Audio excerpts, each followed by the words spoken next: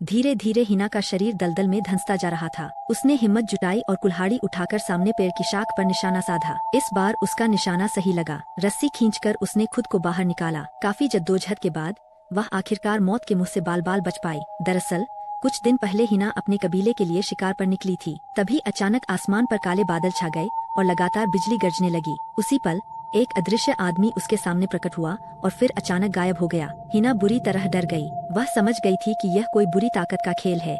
वह तुरंत कबीले में लौट आई और सबको इस घटना की जानकारी दी, परंतु उसने सोचा भी नहीं था कि वही अदृश्य राक्षस अचानक उनके गांव में घुस आएगा। लोग कुछ समझ पाते उससे पहले ही राक्षस ने उन पर बेरहमी से हमला शुरू कर दिया। हिना वहां से भाग निकली क्योंकि वह जानती थी कि उसका सामना करना नामुमकिन है। राक्षस उसके पीछे पड़ा था। भागते भागते अचानक हिना को किसी ने घास में गिरा दिया। असल में उसका साथी वही घात लगाकर बैठा था। जैसे ही साथी ने छिपकर वार करने की कोशिश की, राक्षस की नजर सीधा उसके सिर पर जा टिकी। राक्षस ने उसी पर वार कर दिया। हिना ने उसे बचाने की कोशिश की, मगर उसका साथी वही मारा गया। हिना को दुख मनाने का समय भी नहीं मिला। वह भागते हुए घने जंगल की ओर चली गई। रास्ते में उसका पैर शिकारी के जाल में फंस गया। तभी राक्षस भी वहां पहुंच गया। हिना पेड़ के पीछे छिप गई, लेकिन राक्षस ने उसे ढूंढ लिया। तभी उसका भाई आ गया। उसने तलवार के एक वार में राक्षस का हेलमेट काट गिराया। हेलमेट टूटते ही राक्षस अंधा हो गया और इधर उधर वार करने लगा। हिना समझ गई कि यही मौका है।